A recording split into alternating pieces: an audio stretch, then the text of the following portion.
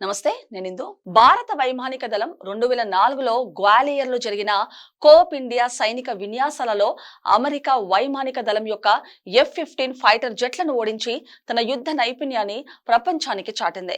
ఈ చారిత్రాత్మక విజయంలో IAF యొక్క 3వ తరం MiG-21 బైసన్ మరియు 4వ తరం S-230MK మిరాక్ 2000 MiG-29 విమానాలు కీలక పాత్ర పోషించాయి. ఇప్పుడు 2025లో రష్యా యొక్క సుఖోయ్ S-257 5వ తరం ఫైటర్ జెట్ ను భారత్ కు అందించేందుకు రష్యా ముందుకు వచ్చింది. ఇది IAF యొక్క ఆధునీకరణకు కొత్త ఊపిరి లభించే అవకాశంగా కనిపిస్తోంది. 2024లో గ్వాలియర్ ఎయిర్ ఫోర్స్ స్టేషన్ లో జరిగిన కోప్ ఇండియా సైనిక విన్యాసాలలో IAF యొక్క అద్భుతమైన వ్యూహాలు మరియు యుద్ధ నైపుణ్యం అమెరికా వైమానిక దళం యొక్క F-15C ఫైటర్ జెట్లను ఓడించాయి. ముఖ్యంగా MiG-21 బైసన్ తక్కువ రాడార్ విజువల్ బేరింగ్, వేగవంతమైన టర్న్ రేట్ మరియు R-73 air to air missiles తో అమెరికన్ పైలట్లను ఆశ్చర్యపరిచింది. 2004లో MiG-21 బైసన్ అద్భుత ప్రదర్శన చేసింది మరియు 2019లో పాకిస్తాన్ ఎయిర్ ఫోర్స్ యొక్క F-16 ఆపరేషన్ స్విఫ్ట్ రిటార్డ్ సందర్భంగా కూల్చివేసి మరోసారి తన శక్తిని నిరూపించింది. 1965 మరియు 1971 భారత్ పాకిస్తాన్ యుద్ధాలలో కూడా IAF యొక్క జ్ఞాట్లను PAF యొక్క F-86 సాబ్రేలను ఓడించి సాబ్రే స్లేయర్ అనే బిరుదును సంపాదించాయి. ఆపరేషన్ సింధూర్ సందర్భంగా డాగ్ ఫైట్ భావన గణనీయంగా మార్పు చెందింది. IAF మరియు PAF ఒకరి గగనతలంలోకి ఒకరు ప్రవేశించకుండానే యుద్ధంలో పాల్గొన్నాయి. PAF తన చైనీస్ తయారీ J-10C జెట్లతో రాఫెల్, MiG-29 మరియు Su-30MKIలను కూల్చినట్టు పేర్కొంది. కానీ దీనికి ఎటువంటి ఆధారాలు అందించలేదు.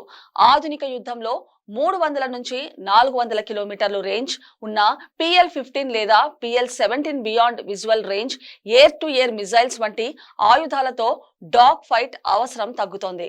America F-22, F-35, Russia S-257, China J-20, J-35, Turkey TAITF మరియు దక్షిణ కొరియా KAIKF-21 వంటి దేశాలు 5వ తరం జెట్లను అభివృద్ధి చేశాయి.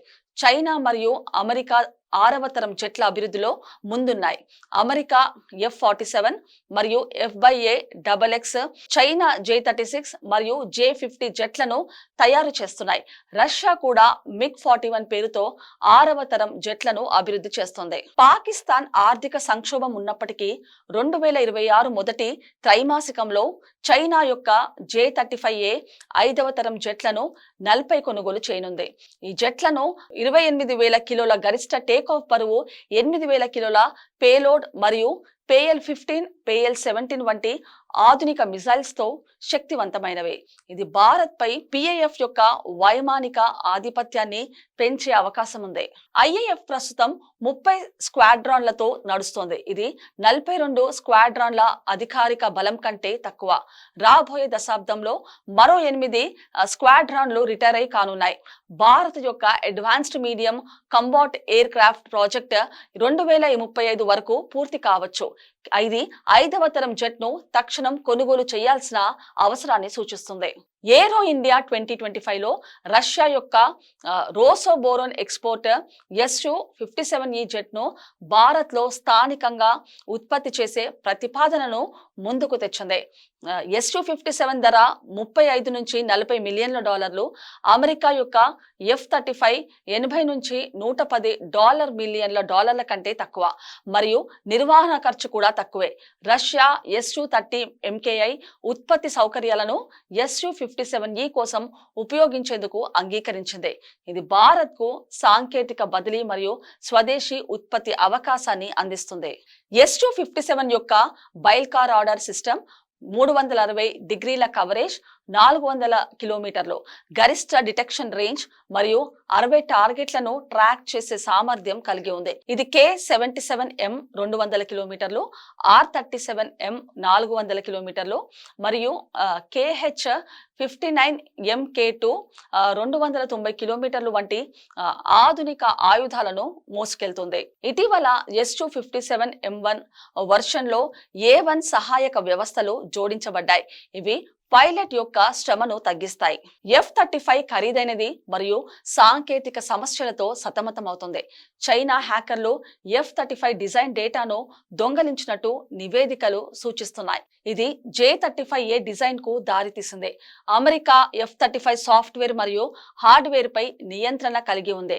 ఇది భారత్ యొక్క స్వదేశీ మిజైల్స్ ను ఇంటిగ్రేట్ చేయడానికి కష్టతరం చేస్తుంది. పాకిస్తాన్ యొక్క J-35A కొనుగోలు IAF యొక్క వైమానిక శక్తిని సవాలు చేస్తుంది.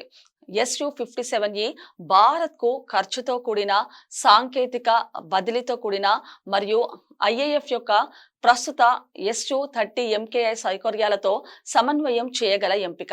AMCA పూర్తయ్యే వరకు Su-57E భారత్ యొక్క వైమానిక ఆధిపత్యాన్ని కాపాడే ఆదర్శ ఎంపికగా కనిపిస్తోంది.